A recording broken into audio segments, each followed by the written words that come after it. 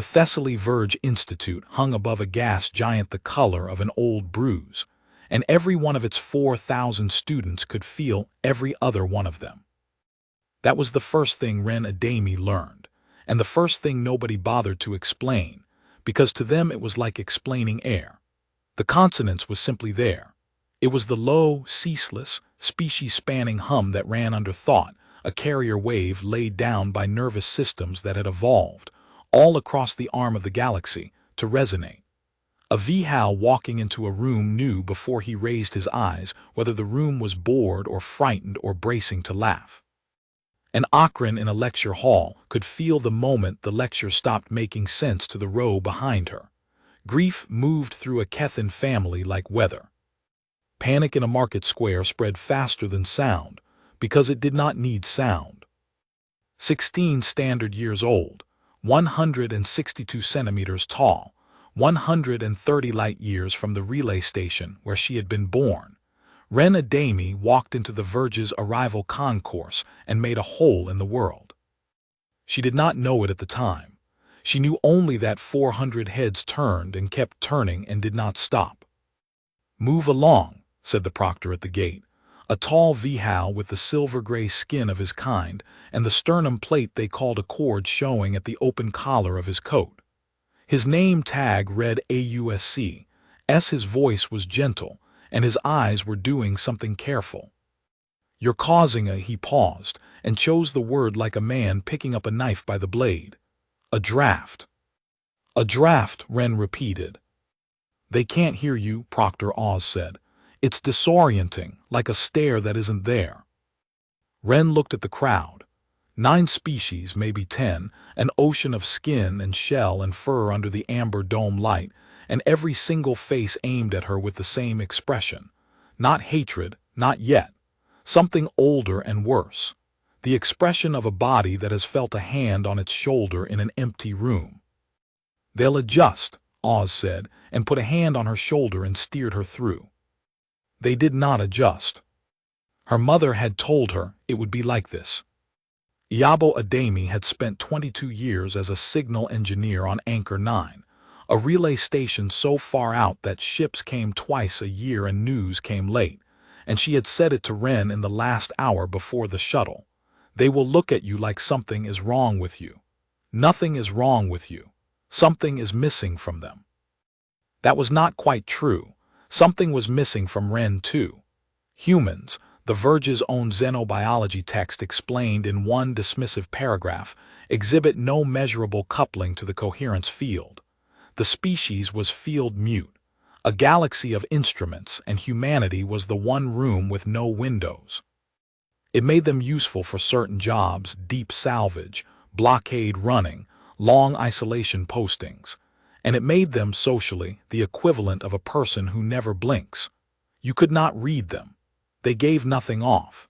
In a species that had never in its evolutionary history had to guess what another creature felt, the human standing across from you was an unlit doorway. The dormitory tier smelled of ozone and warm stone. Her room was a cell with a window, and the window looked down at the bruise-colored planet, and Wren stood in front of it for a long time with her bag still on her shoulder, listening to the station.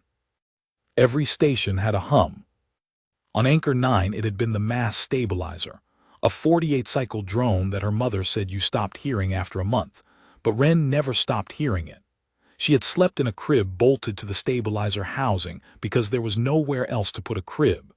She had learned to walk on a deck that vibrated. When she was 4, she could tell her mother the stabilizer was drifting a quarter-cycle sharp, and her mother had laughed and then checked, and then stopped laughing.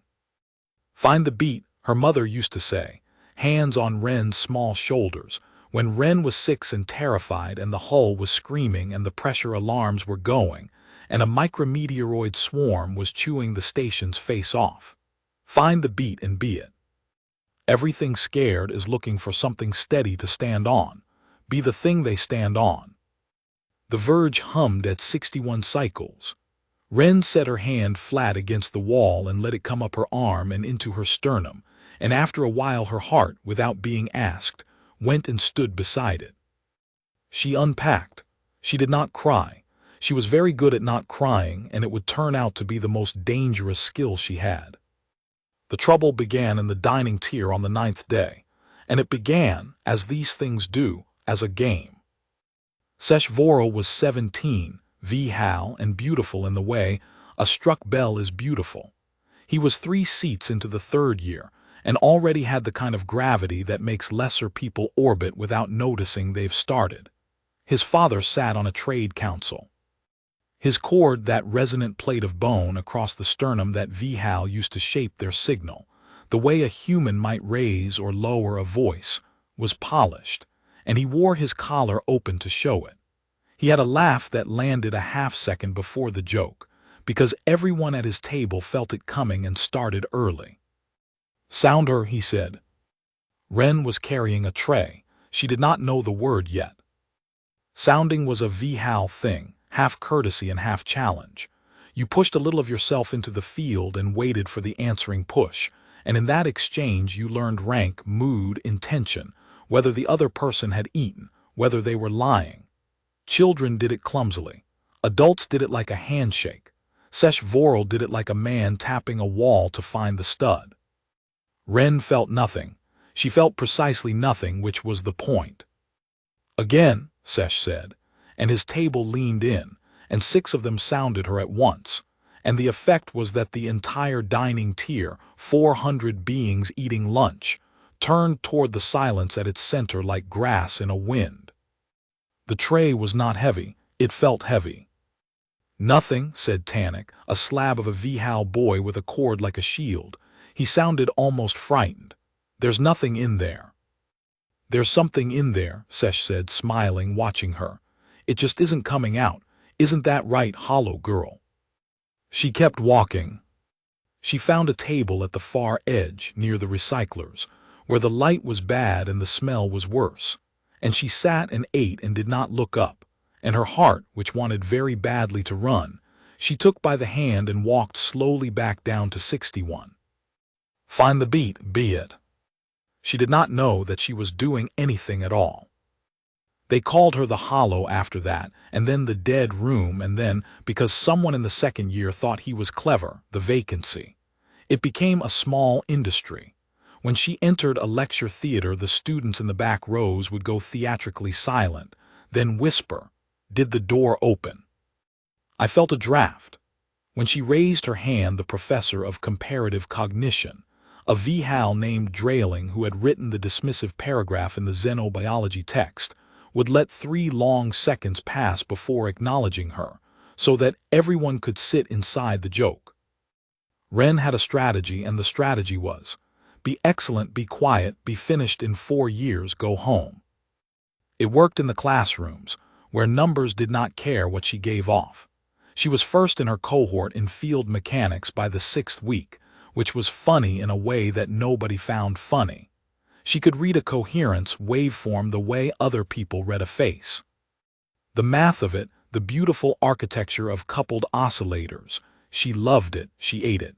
She stayed up in the study alcoves with a stylus in her teeth deriving things nobody had asked her to derive, and Professor Drailing wrote on her 2nd-term paper, technically flawless.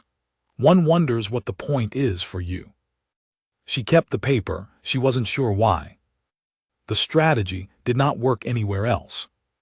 The strategy did not work in the corridors, where Tannic learned that if you walked past a human at exactly the right angle you could catch her shoulder, and it would look like nothing on the security feed. It did not work in the wash tier, where someone dialed her shower to 4 degrees and jammed the panel. It did not work when they got into her room, Vihal boys, 3rd year, engineering access, and cut every strap on her pressure suit, 1 centimeter in 6 places, so that it would only fail under load. That one she found because she checked. She always checked. Anchor 9 had taught her that too. She reported it. Proctor Oz took the suit and turned it over in his long gray hands and made a low sympathetic sound and said, "You understand this is very serious." He seemed to mean it. He had a kind face, the kind of adult face a lonely 16-year-old will trust because it is offered. He asked her, that day and other days, a great many gentle questions. "How do you cope," he asked, "with all of it alone?" "I breathe," Wren said. "That's all." "That's a lot," Wren said, "if you do it right." Proctor Oz smiled, and in the file he opened that evening, under a header she would not see for another 200 days, he wrote, "Subject remains regulated under sustained provocation. Recommend increase." Her only friend arrived in the form of an accident. Chuo Ranaghaste was Akron, six-limbed, slow, built like a piece of geology, with a flat, wide face and eyes set far apart, and a voice you felt in your knees. Akron were the galaxy's ballast. They thought slowly and thoroughly and could not be hurried, and their signal in the field was a deep, unhurried drone that other species found comforting to sit near, like a hearth. Chuo dropped her tray in front of Wren one day and sat down without asking. "You're the human," she said. "I'm the human. They say sitting near you is like sitting near a hole in the floor." Chuo picked up a piece of something green and ate it with enormous deliberation. "I've decided I like it. Everyone else is always shouting in there. You're the only quiet place on the station." Wren looked at her for a long moment. Something in her chest, which had been standing at attention for 9 weeks, sat down. "You can sit there," Wren said. "I know," said Chuo. "I'm sitting here." That was the beginning of the only good thing. Chuo could not be intimidated, because there was nothing in Chuo to intimidate. Her nervous system ran at a tempo that made Vihal aggression look like a wasp trying to threaten a mountain. She told Wren about the Voral family and their trade council seats. She told her what "hollow girl" actually implied in Vihal, which was worse than Wren had assumed. She told her, in her slow, thorough, geological way, that Wren should hit Sesh Voral with a chair. "That's not who I am," Wren said. "Then be someone else for 6 seconds, Chuo said. "It's a very small window. You could fit into it." Wren laughed. It surprised them both. There was one other. Ile-san was Vihal, 2nd year, and she never laughed at the jokes. She was not brave enough to say anything, and she knew she was not brave enough, and it curdled in her. She sat 2 rows behind Wren in field mechanics, and once, when Wren dropped her stylus, she picked it up and handed it back and did not meet her eyes. Small things. Wren catalogued them. When you are starving, you learn to notice crumbs. And then there were the other things. The things she noticed and filed away and did not think about, because thinking about them led somewhere she did not want to go. The lift, for instance. 60 students crammed into a lift car on inspection day, and a Kethan freshman near the back went into a panic spiral. A real one, the small, iridescent boy folding down onto himself, his signal going up into a shriek that made everyone else's chest tighten, and panic in a crowded box is a fire in a grain silo. Wren, pressed against him by the crush, had done what she always did. She found the beat. 61 cycles in the deck plates. She let her heart come down onto it. She breathed in for 4 and out for 6 and thought, "Steady, steady, you're all right," at nobody in particular. The Kethan boy stopped shaking. Then the person beside him stopped shaking. Then the car went quiet, not silent, but settled, the way a pot comes off a boil, and someone said, "Huh," and someone else laughed shakily, and the doors opened and everyone went to class and nobody thought about it again. Except Wren, who stood in the empty lift for 4 seconds with her hand on the rail, feeling the last of it drain out of her, feeling suddenly and inexplicably tired, the way you feel after carrying something up a flight of stairs.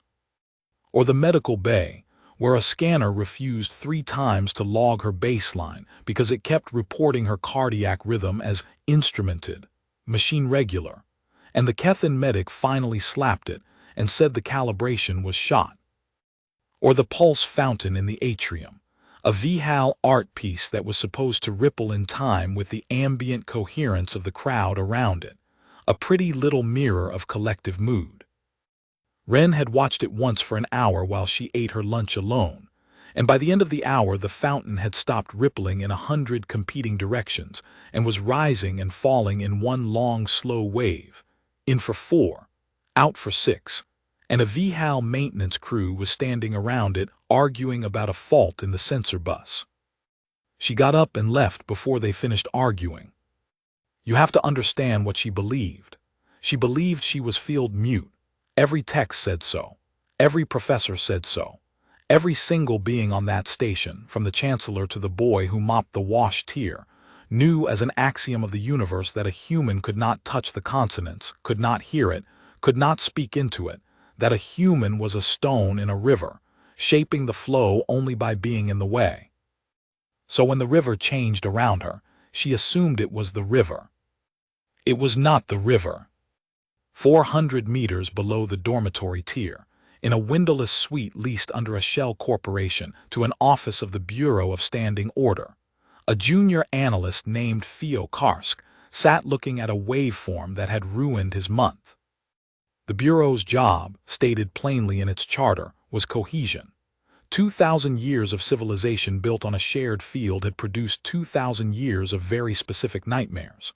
Mob cascades, panic crushes, resonance riots, the ossuary incident, in which one VHAL demagogue's terror had jumped a stadium of 200,000 and killed 11,000 of them in 19 minutes, all trampled, all of them running from nothing.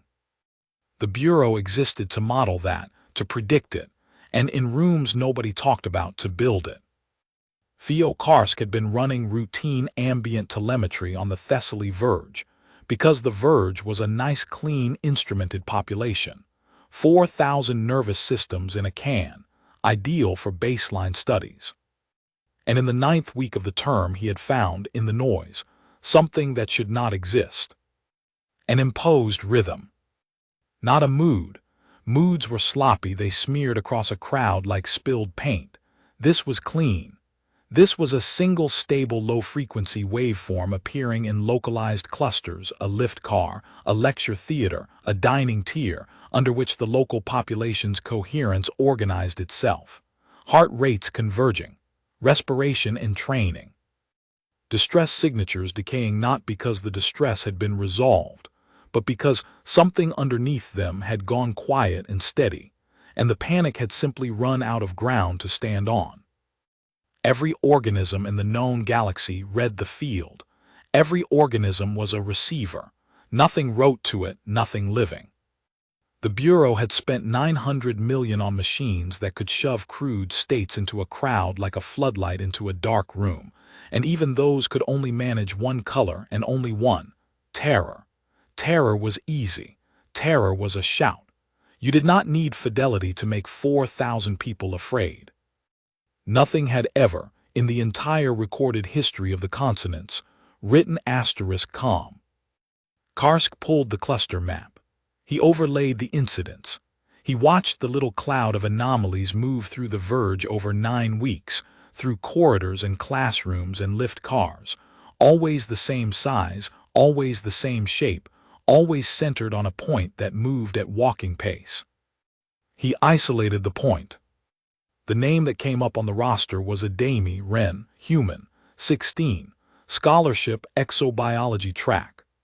Flagged in the disciplinary file 11 times, always as the complainant, never the subject. Karsk sat very still for a long time. Then he called his director, on the secure line, and said the sentence that would put 900 people in motion, and end 4 careers, and eventually bring a warship to the Verge. "Sir," he said, "I think there's a transmitter on the station, and I think it has a pulse." Director Austral Vane came to the Thessaly Verge 11 days later, wearing the coat of a trade auditor and the face of a man who had never in his life been late. He was old for a VHAL, his silver skin gone the dull pewter of the long-lived, his cord scarred across in a diagonal line from something he never explained. He had spent 40 years in the Bureau. He had personally supervised the containment of 2 cascade events and the quiet burial of a third. He had, in a facility with no name on a moon with no atmosphere, watched a prototype cohesion emitter reduce a room of volunteers to screaming animals in 4 seconds, and he had written in his log afterward, in a steady hand, "We can make them run. We cannot make them stop. This remains the whole of the problem. Karsk showed him the waveform. Vane looked at it for 11 minutes without speaking. Then he sat down slowly, like a man lowering himself into cold water. "Play me the lift," he said. Karsk played the lift. 60 nervous systems in a box, one of them coming apart, the whole car sliding toward a cascade, and then, from underneath, something rising. A slow, low pull. Not a command, not a shove.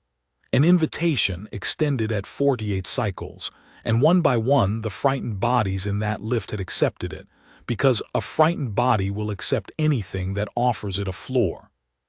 "She isn't broadcasting a feeling," Vane said at last. "No, sir. She's broadcasting a asterisk tempo." "Yes, sir. As far as I can model it, she's not putting content into the field at all. There's no emotion in it. There's no meaning in it. It's a carrier. It's a beat, and it's extremely, extremely stable, and other nervous systems fall into it the way Karsk hunted for it. The way pendulums on a shelf fall into step, coupled oscillators.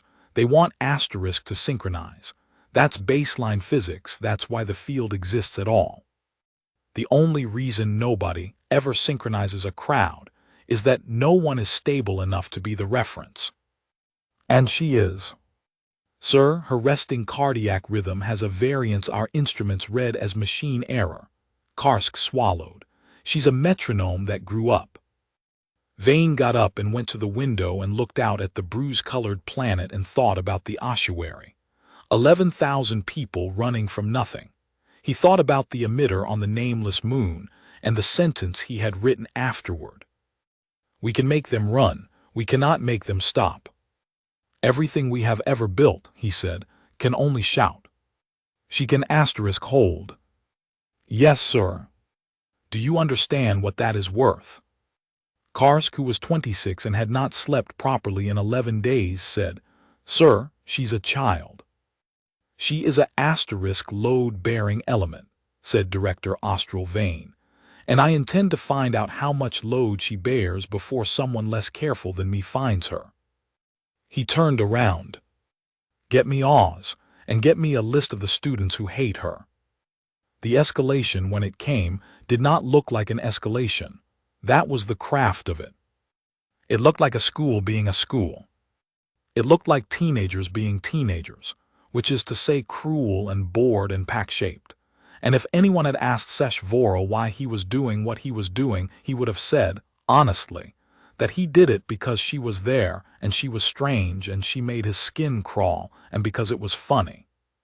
He would not have mentioned the man in the trade auditor's coat who had bought him a drink in the upper concourse and talked with him for an hour about asterisk pressure, and about how a person's true quality only shows under it, and about how the VHAL had built an empire out of knowing exactly how much a soul could carry, and who had said, at the end, in a friendly, incurious way, that he supposed the human girl had never really been asterisk tested, had she? Not properly. Not so it counted. Sesh would not have mentioned it because he had already forgotten it. That was the craft of it too. You do not have to give a 17-year-old boy an order. You only have to give him permission and a shape.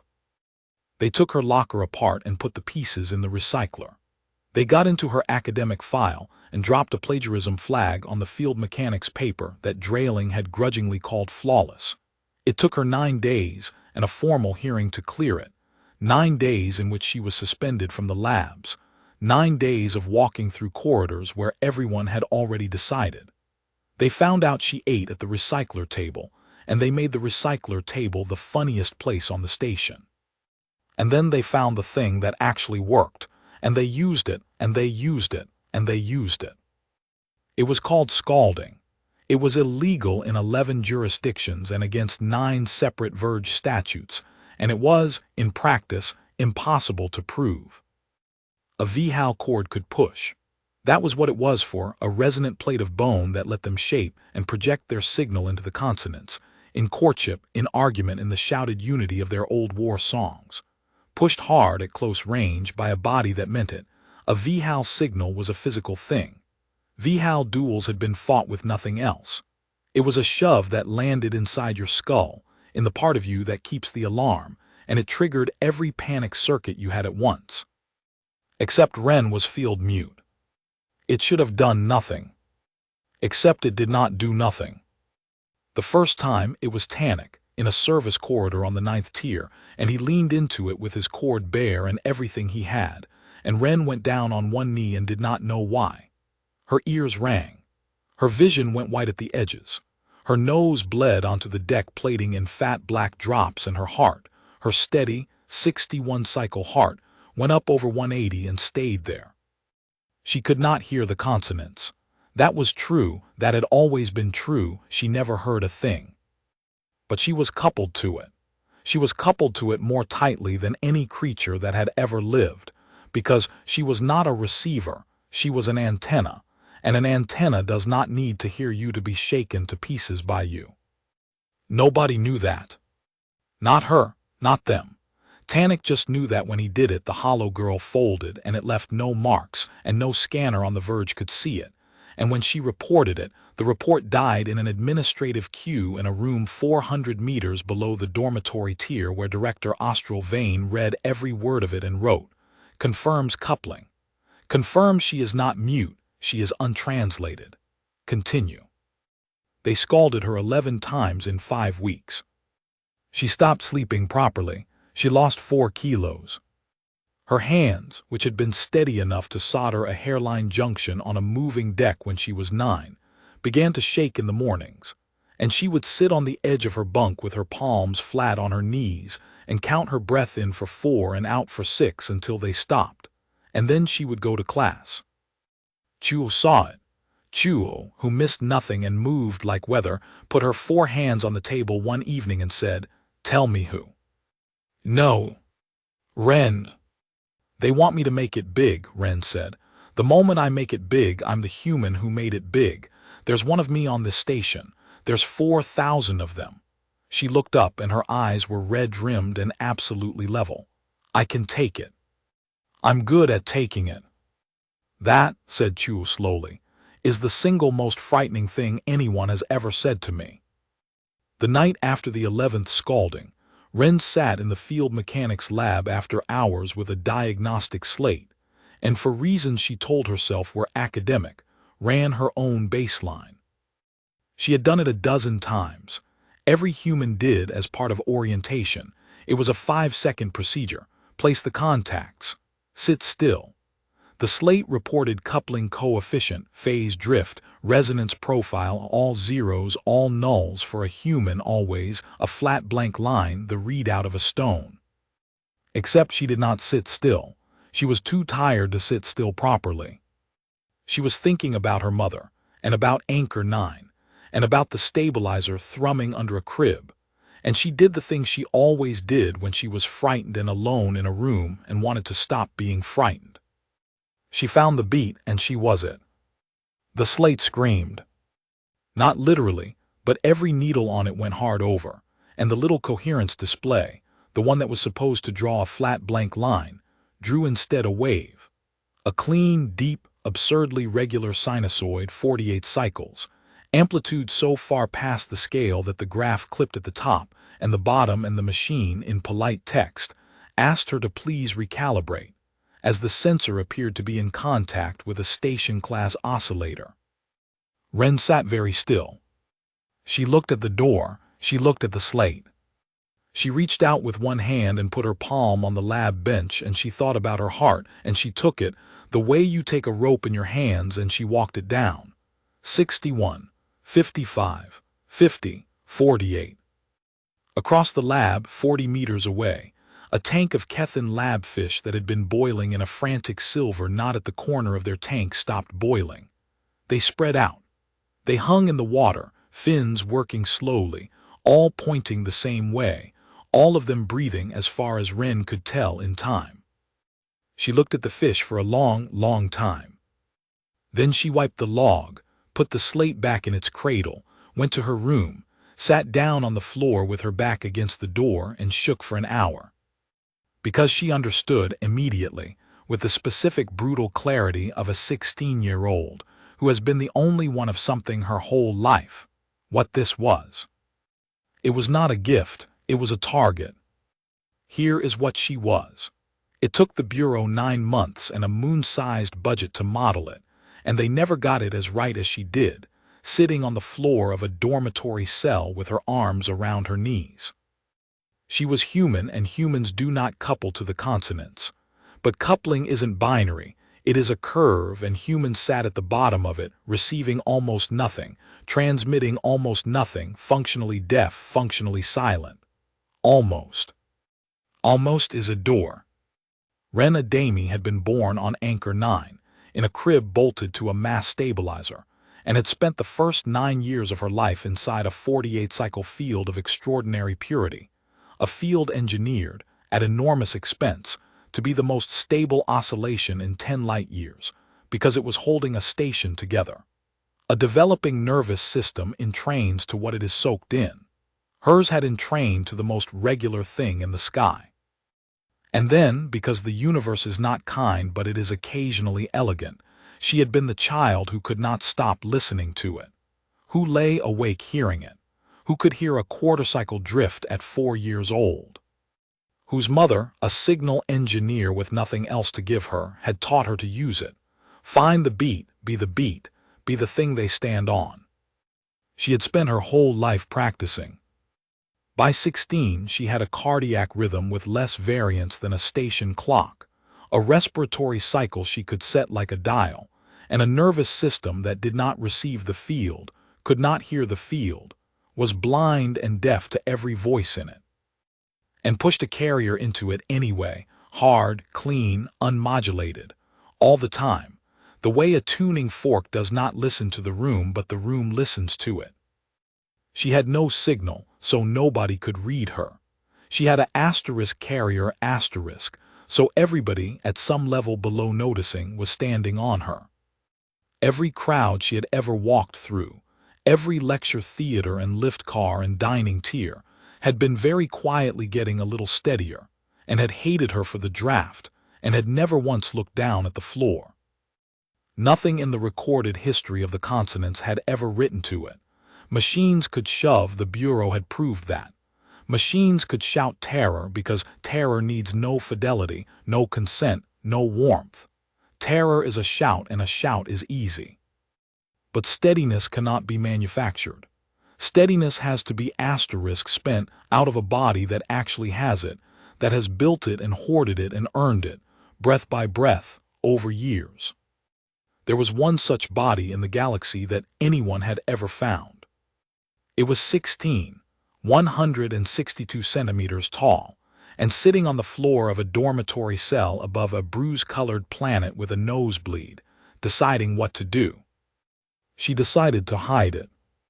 Of course she did. She was 16 and alone, and 11 times a boy had put her on her knees in a corridor and no one had come, and she had done the arithmetic that lonely children do. If they knew, what would they do to me? She got very, very careful. She stopped taking lifts. She ate in her room. She let her heart run high and ragged in crowds on purpose, which cost her more than anyone will ever know, because holding still is not the hard part for someone like her. Asterisk not asterisk, holding still is the hard part. She sat in lecture theaters where 300 people rippled with boredom and low-grade dread, and she felt, at the edge of her awareness, the shape of what she could do, the way you feel a cliff edge with your feet in the dark. And she kept her hands in her lap. And she got weaker, and the scaldings got worse, and Tannic found her in the wash tier and did it twice, and something in her left ear started ringing and did not stop. 400 meters below, in a windowless suite, Director Austral Vane watched her coherent signature flatten week by week and understood correctly that she was suppressing it. "She knows," he said. "Sorry. She's found out what she is, and she's hiding it, and she's hiding it from us, which means she believes she has enemies." Vane almost smiled. "Good. That's a mind worth having." He tapped the desk twice. "The stressors aren't working," he said. "She'll bear a personal cost forever. Humans are absurd that way. She'll take it until it kills her. So," He turned to Karsk and his voice was mild, and this was the moment Karsk would remember on the witness stand 9 months later, this exact mild voice. So we stop hurting her, and we start hurting someone she loves.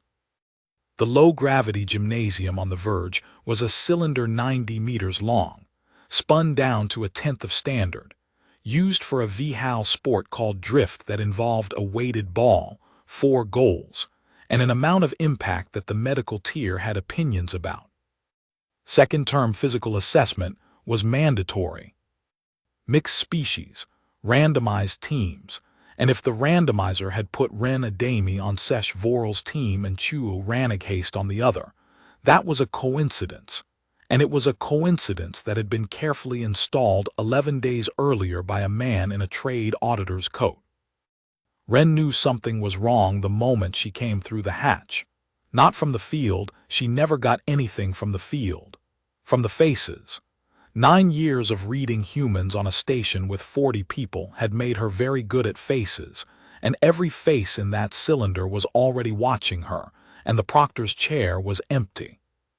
"Proctor's late," said Sesh Voral, floating gently, arms folded, smiling. "Terrible, anything could happen." Drift at a 10th gravity is a slow-motion thing. It looks gentle. It is not. A body coming across the cylinder at 15 meters per second still has all of its mass, and mass does not care about spin. They did not touch Wren. That was the part that took her 9 seconds to understand, and by then it was already happening. They went for Chuo. 4 VHAL came off the wall together in a wedge, and Chuo Ranaghaste, who was 2.5 meters of Akron and slow as a glacier and could not dodge in low gravity to save her life, took the first one in the chest and the second in the flank and hit the cylinder wall with a sound Wren felt in her teeth. Akron bones are dense. Akron bones also break, and Chuo's left mid-arm broke, and she made a sound Wren had never heard her make. And Tanik, drifting in with the ball tucked under one arm and a lazy, happy, terrible look on his face, planted his feet on the wall over Chuo's head, put both hands on her broken arm, and turned it slowly to see what she would do. Wren stopped hiding. She did not decide to. It was not a decision. It was the same reflex that makes a hand come off a hot plate, some circuit below argument that had been trained on Anchor 9 when she was 6 years old and the alarms were screaming and it said, "Be the thing they stand on." She hooked one foot under a rail, and she closed her eyes, and she reached down inside herself and took her own heart in both hands and pulled it down. 61, 55, 50. 48. And she let it out. Later, the 4 VHAL boys in that cylinder would each describe it differently, and none of them would describe it well, because there was no word for it in any of their languages. Tanik said it was like standing in a river and having the river stop.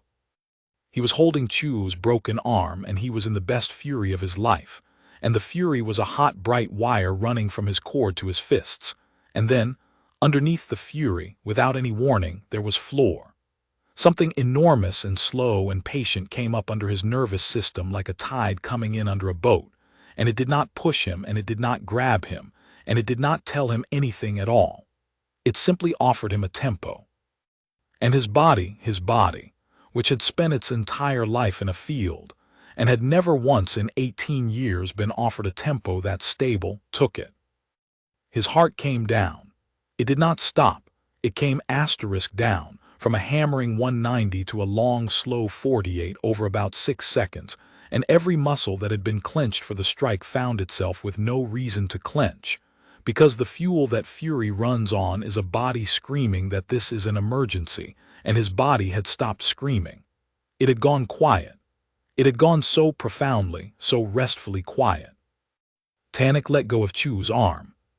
He drifted backward with his hands open in front of him, staring at them, and then he started to cry great, whooping, undignified sobs, the first tears he had shed since he was 9, because when you take away the alarm from a boy who has been running on alarm since childhood, what is underneath it is not peace. What is underneath it is everything he has been outrunning. The other 3 were on their knees, or the low-gravity equivalent, hanging in the air like puppets whose strings had been let out. And in the middle of it, 1 foot hooked under a rail, a 16-year-old human girl with blood coming out of her nose held 4,000 kilos of adolescent violence perfectly, gently still, for 11 seconds, until Chu could push herself away from the wall. Then she let go. The cylinder came back. Sound rushed in. Somebody was shouting for a medic. Seshvorel, 40 meters away, had not moved at all. He had been out of range, or out of whatever it was, and he was staring at Wren with his mouth slightly open, and an expression that was not triumph and was not hatred but was, unmistakably, fear. The pure, clean fear of a boy who has just watched the rules of the universe get up and walk. Wren looked back at him. Then her vision went gray, and she folded up in midair. And Ile-san Vihao, 2nd year, who had never once said a word, caught her under the arms and got her out the hatch before anyone thought to stop them. She was down for 2 days. The medics called it acute autonomic exhaustion and could not explain it, and put it down to the human's odd chemistry and a nosebleed. Wren lay in the dark of the medical tier and shook, and could not get warm, and her heart, when she reached for it, would not come to her hand. It skittered and stumbled and ran, and she lay there for 40 hours utterly unable to be steady, which she discovered was the most frightening thing that had ever happened to her, more frightening than Tannic, more frightening than the corridor. That was the cost. She understood it now with terrible precision. She did not have an endless supply of it. She was not a generator. She was a battery that had been charging for 16 years, breath by breath, on a station that hummed, and every time she laid herself down under someone else's panic, she spent what was in her, and it came out of the same account she used to hold herself together. Give too much and there was nothing left to be steady with asterisk. She had spent maybe 4% of herself on 4 boys for 11 seconds. She lay in the dark and did the arithmetic and felt sick. Chu came on the 2nd day with her mid-arm in a brace and sat down, and did not say anything for a long time, which was very Akron of her. "You could have run," Chu said finally. "Yes. You could have kept hiding. I would not have blamed you. You would have been alive and unbroken, and nobody would have known, and I would have healed." "Yes," Wren said. "Why didn't you?" Wren looked at the ceiling. "Because you sat down at my table," she said, "on the 9th day." Chu made a low rolling noise deep in her chest, which is what Akren do instead of weeping, and put one enormous hand very carefully over Wren's, and they stayed like that until the lights came up. Ile-san came on the 3rd day. She stood in the doorway of Wren's room for a full minute, gray and rigid, with the look of someone who has been standing outside a door for weeks. "I need to show you something," she said, "and after I show you, you're going to hate me, and that's correct." She put a slate on the bed. It was a file. It was Seshvorel's file, or rather it was the file asterisk behind Seshvorel, a shared document he had been too arrogant and too stupid to secure, and Ile had found it because she had been quietly digging for 3 weeks out of a guilt she could not swallow. Wren read it. It was a schedule. Not a plan, not a scrawl of teenage malice, a asterisk schedule asterisk. 22 weeks laid out in a grid, each row a date, each date an action, social exclusion, dining, academic flag paper, property, suit integrity, physical tier 9 low intensity, physical tier 9 escalate, and beside each row 2 columns. One was headed expected response. The other was headed observed. Someone not Sesh.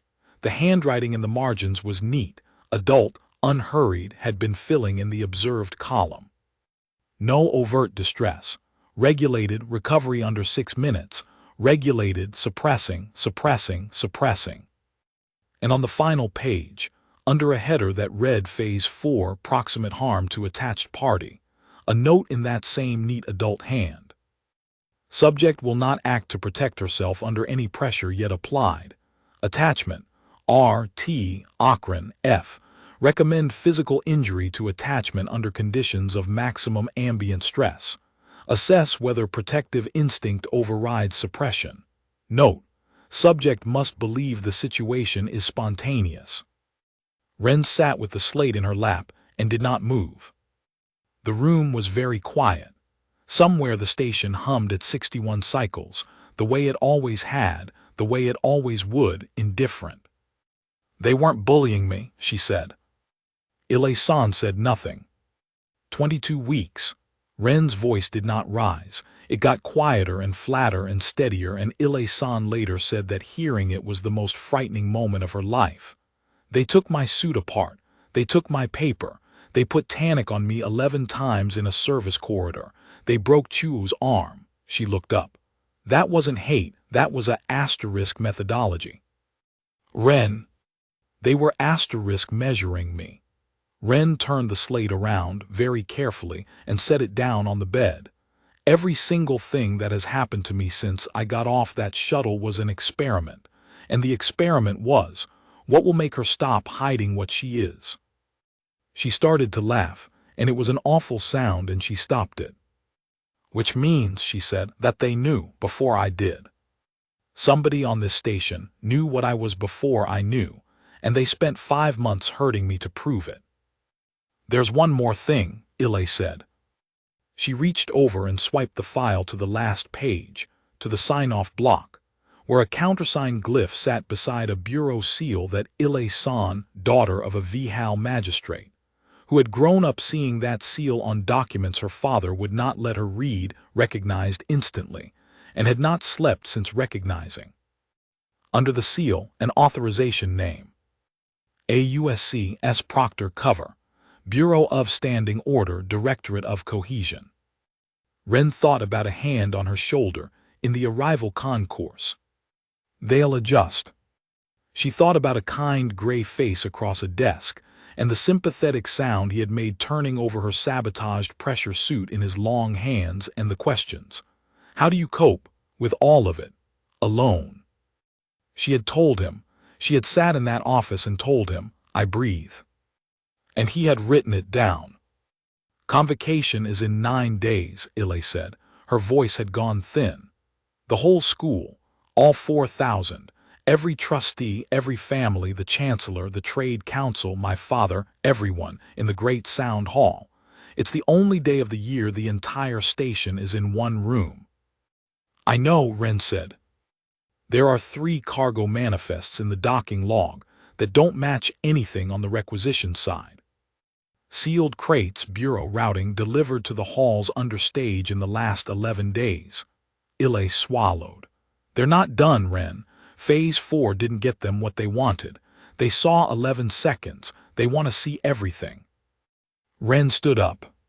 She walked to the window and looked down at the planet, the ugly, beautiful bruise of it, and she was quiet for so long that Ile thought she had stopped hearing her. Then Wren Adeyemi said, in a voice like a hand laid flat on a table, "If they put 4,000 people in a room, and they turn on whatever is in those crates, they're not testing me." She turned around. "They're asterisk hostage taking me, with the whole school.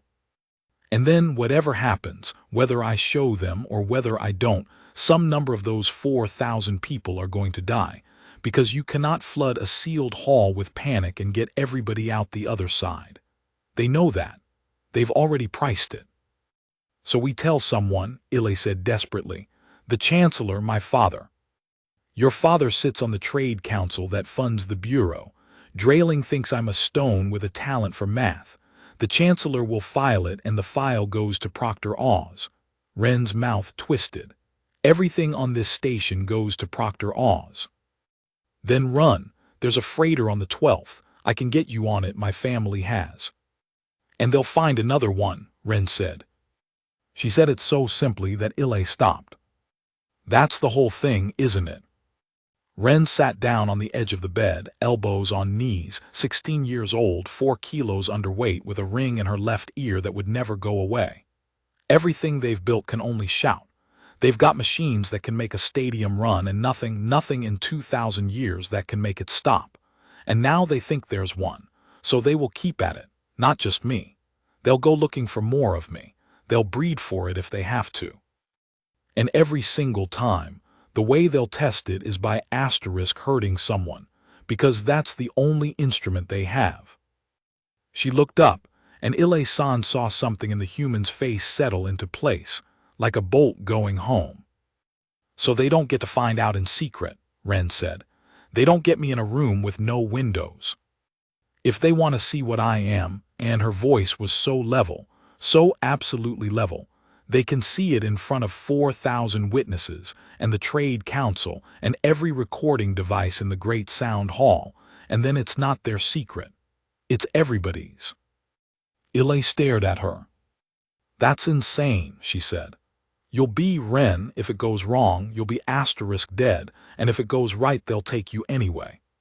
Probably. Then why?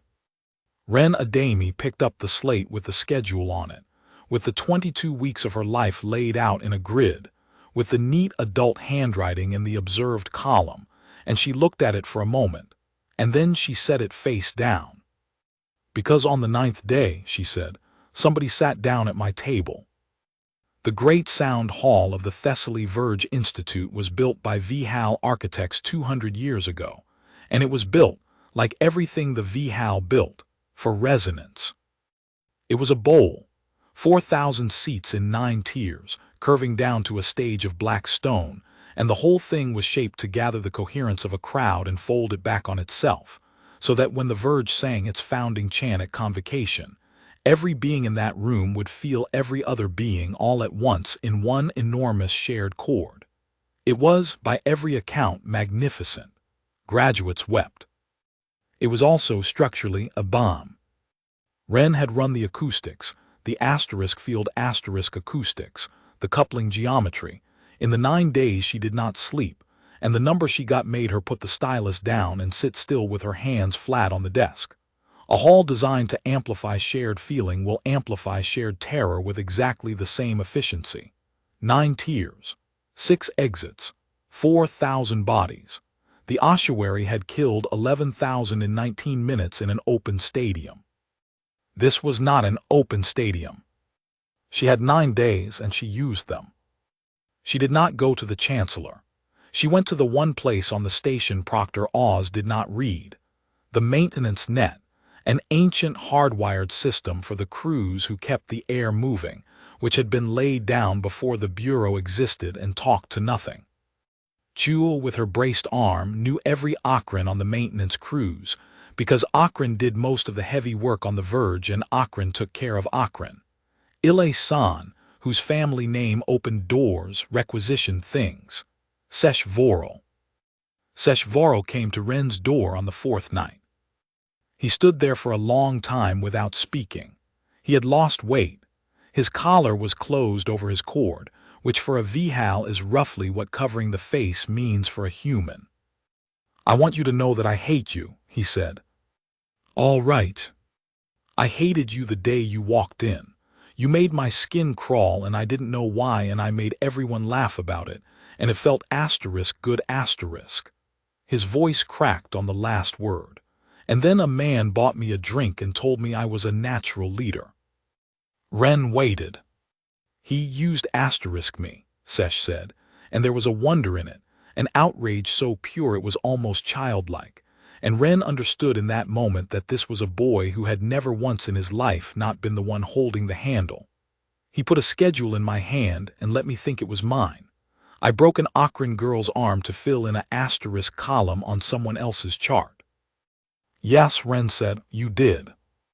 He flinched. He had wanted her to argue. I still hate you, he said thickly. I know. Tell me what to do. She told him. Convocation began at the 11th hour, and the Great Sound Hall filled the way it always filled, slowly, gloriously, 4,000 beings in ceremonial gray and gold, families in the upper tiers, trustees in the box, the Chancellor with her chain of office, Professor Drailing looking bored, the VHAL magistrate San in the 3rd row with his daughter's empty seat beside him. Director Austral Vane sat in the visitors' gallery in the coat of a trade auditor, with a slate on his knee, and did not look at the stage. Under the stage, in a service void that had been sealed for 11 days, 3 crates from the docking log stood open, and inside them sat a Bureau Pattern 9 cohesion emitter, the choir, a squat, ugly thing of coils and cooling fins that had cost $900 million and could do exactly one thing. Theo Karsk crouched beside it with his hand on the arming key, and his heart going like a bird's. "Sir," he said into his collar for the 11th time, "the crowd model gives us between 40 and 200 fatalities in the crush." "Sir, that's not unacceptable." "The crowd model," said Vane calmly, "assumes she does nothing." "And if she does nothing?" "Then a great many people will die," Vane said, "and we will know she is not what we think she is, and I will resign, and the Bureau will keep looking, and in 50 years another station will burn because we still cannot make anyone stop." A pause. "Arm it." Karsk closed his eyes. He thought about his mother. He thought about the sentence Vane had written on a moon with no atmosphere. He thought about the file photograph of a 16-year-old human girl with her hair braided back, standing at attention in an ill-fitting uniform on her first day. Then he armed it, because he was 26 and afraid, and because that is how every atrocity in the history of the galaxy has ever been performed, by ordinary people who were afraid of a person in the room with them more than they were afraid of the thing they were doing. The Chancellor rose. She welcomed the families. She began to speak about the founding of the Verge. And Wren Adeyemi, who was not in her seat, stood in the technical gallery at the very top of the 9th tier with her hands on the rail, and looked down at 4,000 people and breathed. "In for 4, out for 6. Chua was at the northern hatch with 2 Okran maintenance crew and a cutting rig. Ile was at the southern. Sesh was in the understage service corridor, 3 sealed doors from the void, with a plasma torch and a boy's terror in his throat. 61, Wren thought, feeling the station in the rail under her palms. "Come on, come to me." Her heart came down. At 11:09, the Chancellor said the word * legacy, and the choir fired. There is no describing it properly to a species that cannot feel the field, so here is what it looked like from outside. 4,000 people stopped breathing at the same instant. Then every one of them screamed. Not because anything had happened. Nothing had happened. The lights were on, the doors were shut, the Chancellor was standing at her lectern with her mouth open, and into the consonance of that hall the choir shoved raw, structureless, undifferentiated terror * at an amplitude no living nervous system had ever produced, and 4,000 nervous systems did what nervous systems do. They believed it. They believed it absolutely because the field does not lie. The field had never lied in 2,000 years. If the room felt like death, then death was in the room, and every body in that bowl received in the same 1/10 of a second a certainty deeper than reason. You are about to die, and it is happening now, and you must run. The hall came apart. 9 tiers of people rose as one animal and threw themselves at 6 exits, and the hall's own architecture, its beautiful gathering geometry, took the terror and folded it back and doubled it again. An Okran matron went down on the 4th tier, and the beings behind her went over her without seeing her. A Kethan child was lifted off her feet by the press and carried, shrieking, sideways. Professor Drailing was slammed against a rail, and the rail bent. In the 3rd row, the magistrate San was screaming his daughter's name at a wall of bodies. The exits jammed in 11 seconds. That is how fast a crush forms. 11 seconds. And in the visitors' gallery, director Austral Vane stood with his hands white-knuckled on the balcony, riding out the terror in his own chest with 40 years of discipline, watching the timer in his mind, thinking, 20 seconds, 30, show me, show me, show me what you. At the top of the 9th tier, Wren Adeyemi opened her hands. Understand what it cost her, understand what she was standing in. She was not immune. She had never been immune. She was an antenna coupled tighter to that field than anyone in the bowl, and the choir's shout went through her like a wire through wax. Every alarm she had was howling. Her hands were shaking on the rail. Her nose was already bleeding. Her heart, her steady 16 years of practice heart, was at 204 and climbing, and every cell in her body was screaming the same word the field was screaming. Run! She thought about a crib bolted to a mass stabilizer. She thought about a woman's hands on her shoulders in a corridor full of alarms. Find the beat and be it. Everything scared is looking for something steady to stand on. Be the thing they stand on. Wren Adeyemi closed her eyes in the middle of the loudest room in the history of her species and went looking for her own pulse. She found it. It took 4 seconds, and those 4 seconds were the hardest work any human has ever done, and nobody watched her do it. And then she took it in both hands, and she walked it down. 200, 180, 150. The hall shrieked and clawed and died below her. 120, 90. In for 4, out for 6. 70, 61. 48. And Wren Adeyemi, 16, 162 centimeters tall, the only one of her kind ever found, laid herself down under 4,000 people like a keel under a ship, and held. The first thing that happened was that nothing happened, for about a second and a half. The second thing that happened was that, across the whole vast bowl of the great sound hall, underneath the screaming, there was a floor. It came up out of nowhere. It came up under everything. It was slow and it was low, and it was so absurdly, impossibly steady that nervous systems which had been in freefall for 11 seconds simply reached for it. Not because they were told to, because that is what coupled oscillators do. Because a body in terror is a body searching, at 1,000 cycles a second, for something regular to lock onto, and there had never in the history of the galaxy been anything as regular as this. 4,000 hearts began, raggedly, unevenly, in a spreading wave from the 9th tier outward and down, to fall into step. The choir screamed on. The choir was still shoving terror into that hall at full power, 900 million credits of it, and the terror was still there. Every being in the bowl could still feel it, still knew with the field's own certainty that death was in the room. But it had nothing to stand on anymore. That was the thing nobody had ever understood in 2,000 years of building machines that shout. Panic is not a feeling. Panic is a asterisk feedback loop asterisk. It is a room full of bodies each reading the alarm in the bodies around them and adding their own, around and around, faster and faster, until the loop is louder than the world. Break the loop and the terror is just a noise. A loud, horrible, unpleasant noise, and a body with a steady heart can hear a horrible noise and think. On the 4th tier, a VHAL man who had been climbing over an Akron matron stopped, with his hands on her back, and heard his own heartbeat and looked down, and saw what he was doing and went white and reached down and pulled her up. In the crush at the eastern exit, 400 beings who had been a single blind animal became 400 people again, and the press slackened, and someone said, in a shaking voice, stop pushing, she's down, help her up." The Kethan child stopped shrieking and started crying, which is an entirely different and much better thing.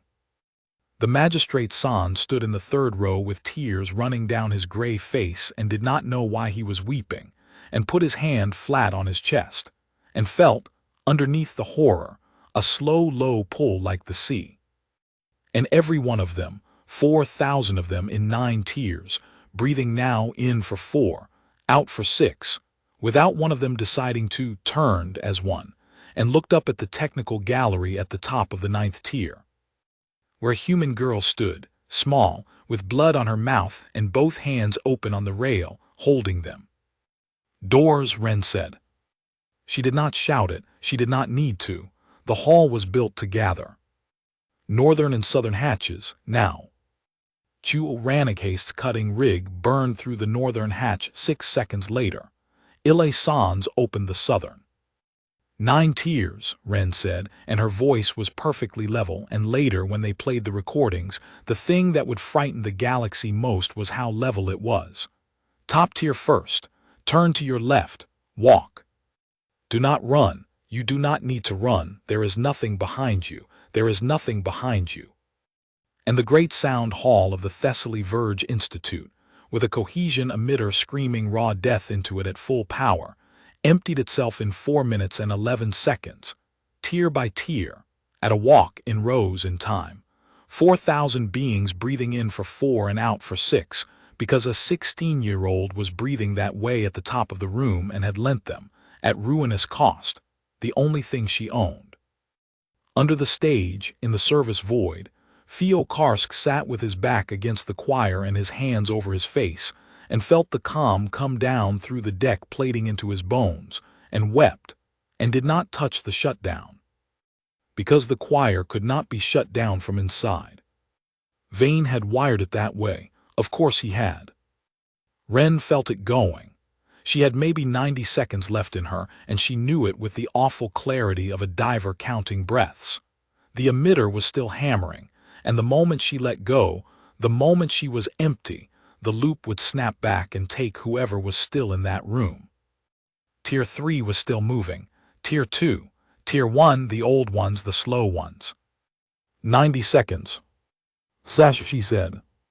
3 sealed doors from the void. Sesh Vorel heard her, and he was on his knees and he was crying, and he could not move because a VHAL in a field like that cannot move, cannot think, cannot. And then the floor came up under him. Warm and slow and enormous, and it took his howling heart and set it gently down at 48, and Sesh Vorel, 17 years old, felt what Tannic had felt in the low-gravity cylinder, and understood in one hideous instant exactly what he had spent 5 months hunting. He stood up. He was not compelled. Nothing made him do it. She had not put a single thought in his head. She had only taken the alarm away, and underneath the alarm there was a boy, and the boy had a choice. He picked up the plasma torch. "I hate you," he sobbed, and cut through the first door. The second door. The third. The service void was full of light and noise and the enormous obscene bulk of the choir, and Theo Karsk looked up at him with his face wet and did not raise a hand, and Sesh Vorel swung the torch like an axe and cut 900 million credits of bureau engineering into 2 smoking halves. The screaming stopped. The whole hall, the whole station, the whole field went silent. And Wren Adeyemi, at the top of the 9th tier, with her fingers still curled around the rail, let go of 4,000 people, and slid down onto the deck plating with her eyes open and her hands empty and nothing at all left in her. Somewhere below, someone began, quietly, to applaud and did not know why. They came for her 8 minutes later. Director Austral Vane had planned for this too, because he planned for everything, and the plan was elegant in the way that all his plans were elegant. A cohesion event of this magnitude triggered an automatic bureau response. The response team was already aboard, had been aboard for 9 days, sealed in a hangar under a false manifest. 10 enforcers in gray, with shock lances and sealed helmets, and this was the part he was proudest of, a null hood. A mesh sack of woven damping fiber designed to sever a subject's coupling to the field entirely, built in 11 days by a lab that had been told it was for livestock. And the subject would be empty. That was the beautiful part. Whatever she was, she had just spent all of it in front of 4,000 witnesses on strangers. She would be a wrung-out 16-year-old lying on a deck plate. He walked up the 9th tier stairs himself. He wanted to see her face. The hall was mostly empty now. Mostly. Not entirely, because as the tiers had emptied, some of them had not gone. Some of them had turned around and come back in and stood at the bottom of the bowl looking up, and more were coming back through the hatches every second. 4,000 beings who had just been carried out of their own deaths by something they had no word for, and who were now doing the oldest thing that sapient creatures do, which is to come back and look at the thing that saved them. Ranaghaste was on the 9th-tier stairs with her braced arm, and she did not move when the enforcers came up, and it took 3 of them to put her down, and even then she took one of them with her. Ile-san was there, screaming at her father across 40 meters of tiered seating. Seshvoro came up out of the understage with a plasma torch in his hands, and burns on both palms, and got as far as the 6th tier, before a shock lance put him on the ground. And at the top, on the deck plating of the technical gallery, Wren Adeyemi got up. It took her a long time. She got a knee under herself, and then a hand on the rail, and then she stood the way a wall stands after a shell has hit it, and she turned around to face Director Austral Vane of the Bureau of Standing Order. He stopped 4 meters away, 10 enforcers spread out behind him. One of them held the hood. For a moment, nobody spoke. "Extraordinary," Vane said. His voice was thick. He had been in that hall. He had felt it, the floor coming up under him, the terror losing its purchase, his own 40-year-old discipline exposed for the shabby little scaffolding it was next to asterisk that. His eyes were wet, and he did not seem to know it. "In 2,000 years, he said, we have built 900 million credits of machine that can only make people run. And you," he laughed unsteadily, you held 4,000. Do you have any idea what you are?" "Yes," said Wren. "Then you know I cannot leave you here." "No," said Wren, "you can't." She was so tired. That was the part nobody who watched the recording afterward ever really understood, because the recording showed a girl standing very straight with blood on her mouth, and it did not show what was happening inside her, which was nothing. She was empty. She had reached down for her heart, and it was not there. It was skittering, stumbling, useless, a bird in a box. She had 90 seconds of nothing left and 10 armed men in front of her. And she could feel at the edge of her exhaustion, like a cliff edge under her feet in the dark, the other thing.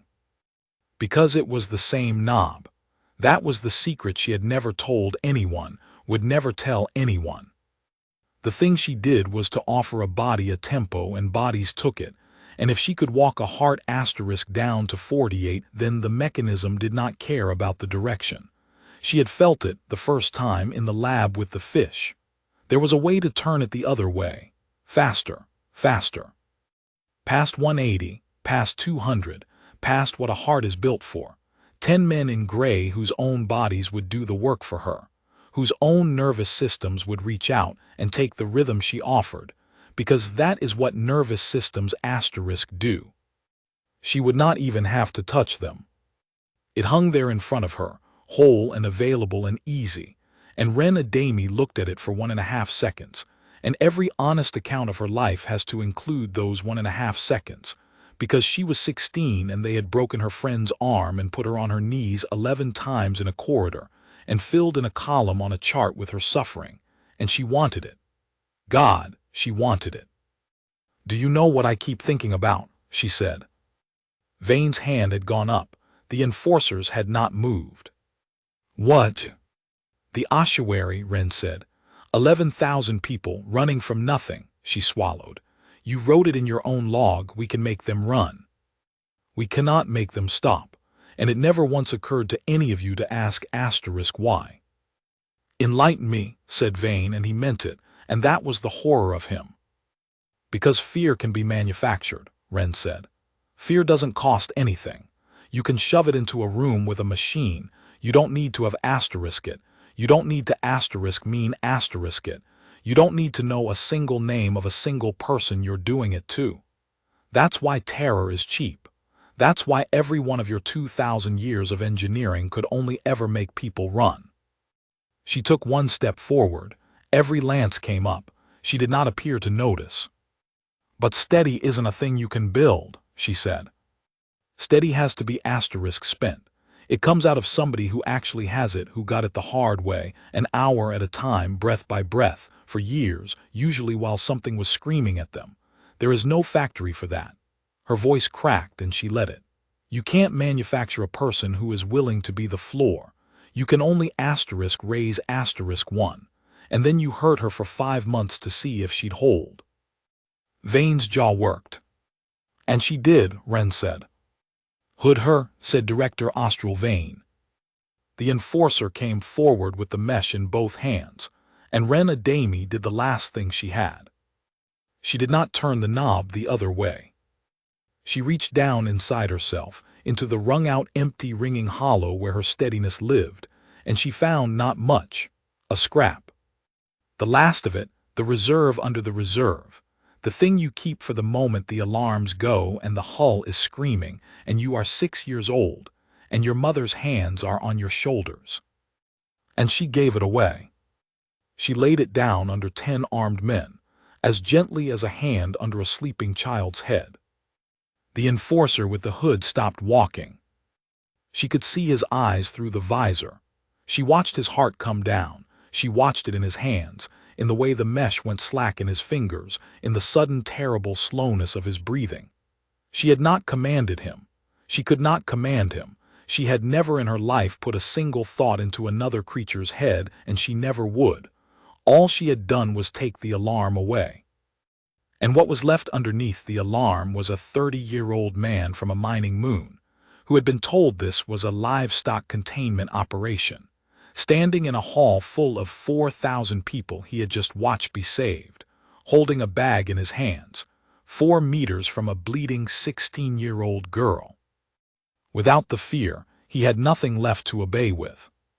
He looked at the hood, he looked at her. He dropped it. Down the line, one by one, the lances came down, not thrown away, lowered, slowly, by men whose hearts had stopped hammering long enough for them to hear what they sounded like. One of them sat down heavily on the stairs and put his head in his hands. Another took off his helmet and was sick. Pick them up, Vane said. Nobody moved. You are ordered. They can hear you, Wren said quietly. They just aren't afraid of you anymore. That was the only thing you ever had. And Director Austral Vane, 40 years in the Bureau, 2 containments, 1 burial, a scar across his cord from something he never explained, Austral Vane, who understood in that instant that the most valuable asset in the known galaxy had just disarmed his entire team by being kind to them, and that there was no version of the next hour in which he was not finished, pulled the sidearm from under the trade auditor's coat and raised it at her face from 4 meters. Wren looked at him. He was afraid. She could not feel it. She had never felt anything from the field in her life, but she could see it, because she had grown up on a station with 40 people and no signal, and she had learned to read faces the hard way, the human way. His hand was shaking. His pupils were blown. His heart was going like a hammer, and it was going like a hammer because he was a man standing on the edge of the ruin of his entire life. You could stop me, he said. His voice had gone up. You could stop my heart, couldn't you? That's the same trick, isn't it? Isn't it? You could put me on this floor and nobody in this galaxy could ever prove you did it. Yes, said Wren Adeyemi. The word went out into the great sound hall, which was built by VHAL architects to gather. 4,000 beings, standing in the bowl below, heard it. I could, she said. I could stop yours and theirs and every heart in this room, and it wouldn't even be difficult. It would be easier than what I just did. Do you understand that? It would be so much easier. The gun shook. But that's your job, Wren said. Making people afraid is your whole profession, and look what it built. Look at this room. Her voice broke finally all the way, and she let it break in front of everybody. You put 4,000 people in a bowl and turned a machine on them to see if a 16-year-old would flinch. I'm not going to be better at your job than you. I'm going to do a different one. And she laid herself down under him. Austral Vane felt the floor come up under his nervous system. He fought it. He fought it with everything 40 years had given him, and it was like a man fighting the tide with his hands, because his body did not want to fight it. His body had been screaming for 6 months, for 40 years, since a moon with no atmosphere and a room of volunteers, and here at last, offered by the child he had spent 5 months torturing, was something steady to stand on. His heart came down to 48. The gun got very heavy. His arm came down with it. And Director Austral Vane went down onto both knees on the 9th tier of the Great Sound Hall, entirely unhurt, entirely conscious, entirely himself, with no fear left anywhere in him. And having nothing else to do with what was underneath, he put his face in his scarred gray hands and wept like a man at a graveside. Wren took the sidearm out of his slack fingers. She popped the cell, dropped it, and set the weapon down on the deck plating beside him, gently, the way you set down something that belongs to someone who is grieving. Then she walked to the rail and looked down at 4,000 faces and said, "It's over. Everyone go home." And then she fell over, and Chuo Ranaghaste caught her with 3 good arms. The hearing took 9 weeks. Theo Karsk testified for 4 days and did not attempt to defend himself once. The Bureau's own emitter logs, recovered from 2 smoking halves of a pattern 9 cohesion emitter, established intent beyond any argument. The 22-week schedule, with its neat adult handwriting in the observed column, established everything else. Proctor Senate Oz was taken off the station in restraints and did not look up. The Directorate of Cohesion was dissolved by order of the Trade Council, on a motion introduced by the magistrate San, who had come back into the hall that day to look up at the 9th tier with his daughter beside him, and had not, by his own account, slept the same since. Austral Vane pleaded guilty to all 41 counts. He offered no defense.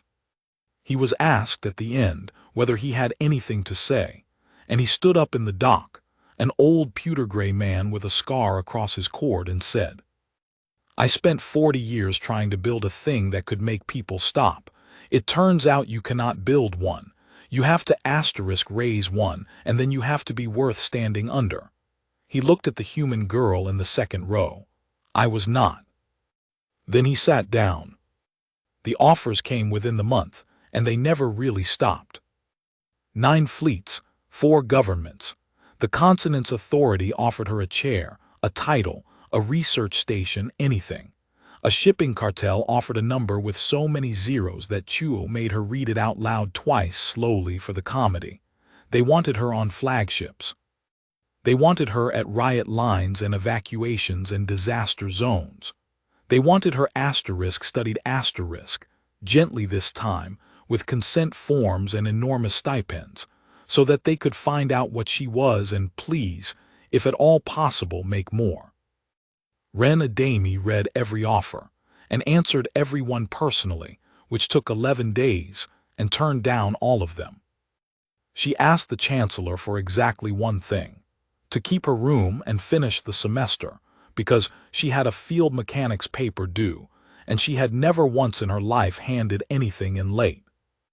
They gave her the room.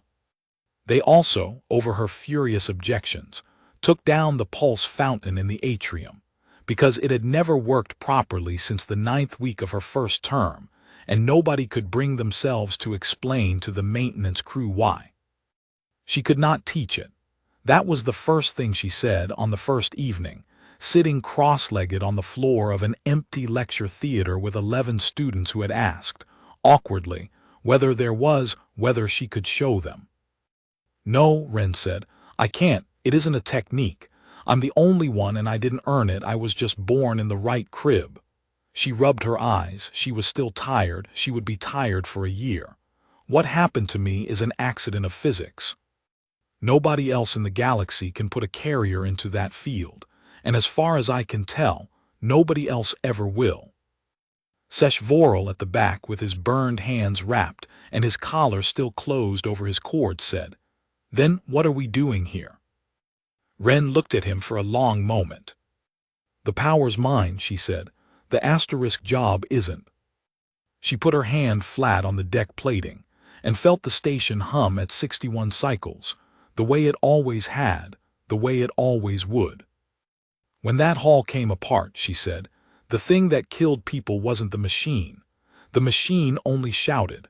What killed people was 4,000 bodies reading terror off each other and handing it back, louder, around and around until nobody could hear anything else. That loop is what does it, every time. In the ossuary, in that hall, in a corridor, at a dinner table, in a room with one frightened person in it. She looked around at them. 11 students, 9 species, all of them field-coupled, all of them able to hear each other in a way she never would. You can all feel each other, she said. You have been doing it your entire lives, and every one of you spends every day without noticing, adding to what's in the room. Fear. Contempt. That thing you did to me in the dining tier for 5 months, you didn't even have to say it out loud, you just let it off, and it went around and it got louder. She shrugged. So don't. Be the one who doesn't add. Be the one in the room whose heart doesn't go up when everyone else's does. You can't broadcast a carrier, fine. But every one of you is a asterisk node, and a loop only runs as long as everybody in it keeps passing it on. Break it where you're standing. Be the steady one. Her mouth twitched faintly. It isn't a superpower, it's a habit. Mine took 16 years and I still haven't got it right. There was a long silence in the lecture theater. That's the whole class, said an Akron boy. That's the whole class, said Wren Adeyemi. It's very short, it's just extremely hard. 11 students came the first week. 400 came the next term. By the end of the year, the Verge had a mandatory first-year course with a name that translated poorly into every language. And within 3 years, so did 9 other institutions. And within a decade, the Consonance Authority's cascade statistics had begun, for the first time in recorded history, to bend downward. Not because anyone had built a machine, but because a generation of young people across the arm of the galaxy had been taught, by a story about a human girl, that the loop could be broken by whoever happened to be standing in it. They still tell it. They tell it badly mostly. They tell it as the story of the day the Bureau of Standing Order put 4,000 people in a bowl and turned on a machine and lost, because they had built their whole civilization on the certainty that they knew exactly what everyone in the room was, and there was one thing in that room they had never thought to check. They had a schedule. They had 5 months and a methodology and a column marked observed, and 10 men in gray with a bag. What they did not have was any idea, none at all, that the small, silent human girl they had been so carefully, so patiently breaking was the only creature that had ever lived who could write to the field, and that when they finally, successfully, made her show them what she was, she would use it to carry every last one of them out of the fire, and then kneel a man who had spent 5 months hurting her, and not lay a finger on him. Wren Adeyemi graduated with honors. She went home to Anchor 9 for a year, and sat with her mother in a room that hummed at 48 cycles and slept. And on the 4th day she was home, when her mother finally asked her what it had been like, standing up there at the top of the 9th tier with a whole school dying underneath her and nothing left in her hands. Wren thought about it for a while. Loud, she said. It was very loud. Then she smiled, and set her hand flat on the deck and found the beat, and was it.